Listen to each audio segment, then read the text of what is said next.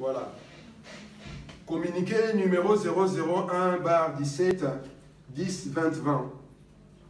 Banyamulenge ou Banyarwanda, la question de la nationalité et de la nationalité d'origine. Tout ce qu'il y a à comprendre dans cette affaire réside sur la question de la nationalité congolaise d'origine et non seulement de la nationalité congolaise tout court. Cette affaire démontre clairement la supercherie que certains veulent imposer aux Congolais alors que les faits sont à la disposition de tous. Lorsque nous parlons de la nationalité d'origine, il nous est important de mettre l'accent sur la question des terres ancestrales. En parlant des terres ancestrales, celle-ci nous renvoie directement aux droits de propriété ou encore aux droits des premiers occupants. Nous parlons des premiers occupants en relation avec ceux qui étaient là lors de la création de l'État indépendant du Congo, l'actuelle République démocratique du Congo. Cette option nous invite à questionner ceux qui ont créé ces pays, c'est-à-dire Stanley, Léopold II et la conférence de Berlin en 1885 pour obtenir de bonnes réponses. Nous avons appris, d'après l'histoire et les archives belges, que c'est Stanley qui a dessiné la carte de l'actuelle RDC, après avoir sillonné l'Est à l'Ouest et l'Ouest à l'Est de ces territoires. Dans son parcours, il a consulté les chefs des terres de l'époque qui étaient constitués des chefs des clans, chefs des tribus, chefs coutumiers. Ces derniers ont montré à l'explorateur où se limitaient leurs terres tout en signant des documents qu'ils n'ont compris l'essence, mais qui ont octroyé aux souverains belges la possession de leur territoire. Grâce à ces limites, Stanley a pu dessiner la carte de ce qui est devenu la République démocratique du Congo en 1960, mais qui au départ, en 1885, s'est fait appeler État indépendant du Congo. Ce qui nous importe ici n'est pas en réalité les terres en question, mais plutôt les tribus, les clans et les ethnies consultés par Stanley, grâce auxquels il a pu argumenter en faveur de Léopold II à la conférence de Berlin en 1885 pour la création de l'État indépendant du Congo, l'actuelle RDC.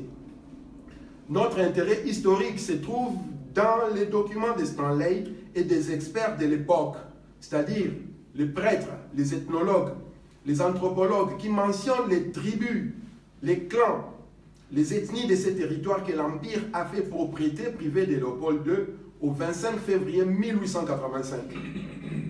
En consultant les listes de ces clans, tribus et ethnies selon Stanley, les anthropologues et ethnologues de l'époque, nulle part nous ne trouvons les clans, la tribu ou la communauté Banyamulenge.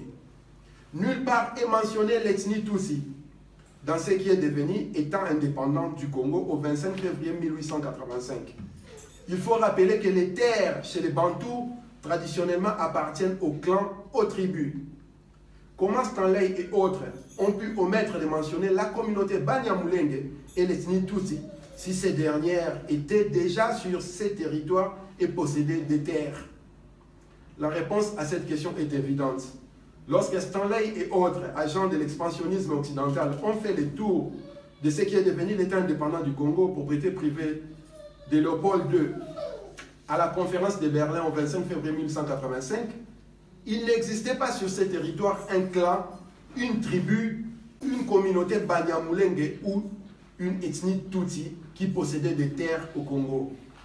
Le néologisme actuel utilisé Banyamulenge, qui signifie ceux de Mulenge, tire son origine vers l'année 1976 avec Guizar Omuoza Isaac qui détient la paternité de ces néologismes.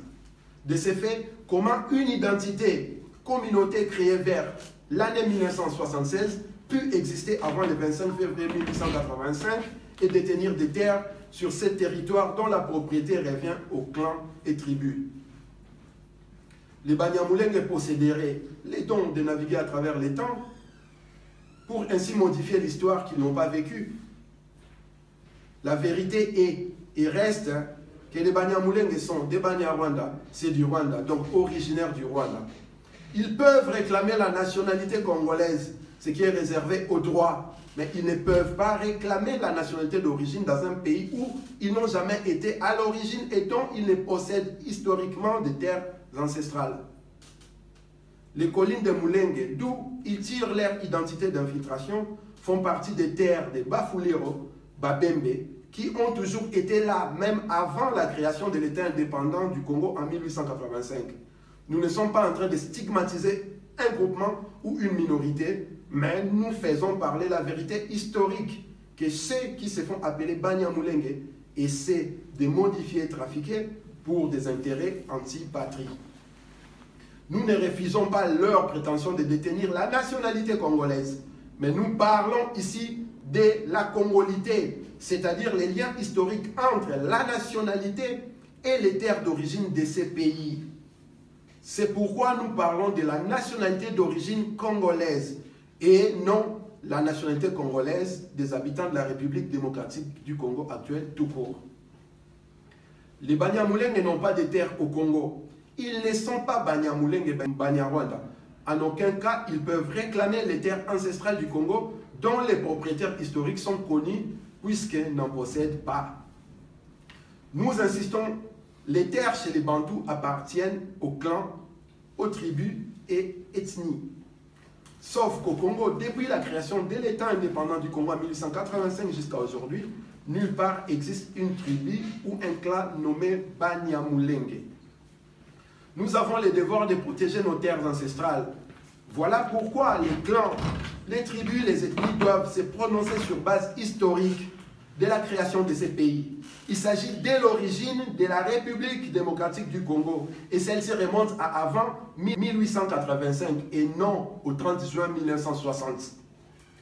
Cette option nous invite à questionner la loi congolaise sur la nationalité d'origine où nous constatons une supercherie impossible contre la vérité. En effet, l'actuelle constitution congolaise, celle promulguée en 2006, nous rendons compte à la consultant que les législateurs congolais ont menti au peuple, profitant sans doute de l'ignorance de celui-ci pour lui faire avaler des couleuvres. La définition de la nationalité d'origine ne peut pas souffrir de falsification et ne peut en aucun cas se faire pour satisfaire les uns ou les autres, à part se conformer à l'histoire et en se couvrant au jus solis et jus sanguinis. Sauf que l'article 10 de la Constitution congolaise est une ineptie en ce qui concerne la nationalité d'origine. Cet article a été écrit pour satisfaire quelques individus au détriment de la population congolaise ayant les droits d'origine. Nous sommes obligés de démonter immédiatement cette supercherie de la loi, soumettant les Congolais d'origine sur les terres de leurs ancêtres à l'égalité des droits avec des étrangers dont ceux qui se font appeler depuis 1976 Banyamulenge profitent sans honte. L'article 10 de la Constitution congolaise attribue la nationalité congolaise d'origine aux personnes dont les groupements ethniques, dont les personnes et territoires constituaient ce qui est devenu au 30 juin 1960 la République démocratique du Congo. Ce qui signifie, si nous suivons la logique du législateur, que la République démocratique du Congo est née le 30 juin 1960. Alors que l'histoire nous apprend que ce qui est devenu République démocratique du Congo le 30 juin 1960 est né à la conférence du Berlin sous le nom de l'État indépendant du Congo en 1885. De ce fait, l'origine de ces pays remonte au 25 février 1885, la date de la fin de la conférence de Berlin. Ce qui naturellement expose l'imposture de l'actuelle constitution en son article 10 alinéa 3 qui ramène l'origine de la République démocratique du Congo au 30 juin 1960. Si l'origine de la République démocratique du Congo est au 30 juin 1960, nous dirons de ce fait que les martyrs du 4 janvier 1959 ont lutté pour un pays qui n'existait pas. Kimbangu s'est sacrifié 30 ans en prison et mourir en 1951 pour du vide. L'Union des Congolais de Panga-Farnana, à qui est attribué le nationalisme congolais depuis 1920, était donc une chimère. Des questions que chacun de nous, dans sa sincérité, devrait se poser et trouver facilement la réponse. De ce qui précède, nous réalisons que ceux qui ont écrit l'actuelle constitution de la République démocratique du Congo, en tout cas pour certains articles, ont fait exprès d'exposer l'originalité de la nationalité congolaise aux prédateurs exogènes à l'origine de ces pays. Comment un pays créé en 1885 peut donner son origine en 1960? Comment tous ces juristes, professeurs de droit, ont pu laisser passer une telle erreur? En réalité, ce ne fut pas une erreur, mais une volonté délibérée ayant pour but de donner des droits régaliens aux étrangers et précisément ceux qui réclament aujourd'hui des terres qu'ils n'ont jamais possédées au Congo. Nous devons comprendre que l'élite congolaise depuis 1960 à aujourd'hui n'a jamais été au service des Congolais ni à la protection des terres ancestrales, mais servent des intérêts étrangers au Congo. Les questions que nous exposons ici ne sont en aucun cas un refus de la nationalité à une minorité, encore moins un appel à une quelconque haine contre quiconque. Il s'agit pour nous de relater la vérité historique qu'une certaine minorité essaie de travestir pour des raisons qu'elle seule peut expliquer, en se victimisant pour avoir la sympathie de la soi-disant communauté internationale qui ne cesse de couvrir ces mensonges on ne peut plus longtemps. Le cas Banyamulenge est une situation que nous devons régler sans émotion ni peur, pour la simple raison qu'il s'agit de notre histoire, de nos droits sur nos terres ancestrales, mais par-dessus tout, du futur de notre descendance. Les Banyamulenge ne peuvent exiger la nationalité congolaise d'origine pour la simple raison qu'en 1885, lors de la création de ces pays, ils n'étaient pas et ne possédaient pas de terres dans ce qui est devenu État indépendant du Congo. Raison pour laquelle ils se font appeler aujourd'hui communauté, mais pas une tribu, puisque même le nom de Mulenge qu'ils portent est celui d'un chef bantou qui n'est pas leur ancêtre. Posez-leur la question, ils sont de quelle tribu, de quelle ethnie, et où étaient les terres de leurs ancêtres à la création de l'État indépendant du Congo en 1885. Et vous comprendrez simplement que tous ces bruits qu'ils font sont dans le seul but de faire passer leur Ubwenge. Que les ancêtres méritants bénissent la nation Congo. Fait à Paris le 17 octobre 2020 pour Kintwa Dibena Congo, Nganga Kwati Zoro Bilel. Ingeta.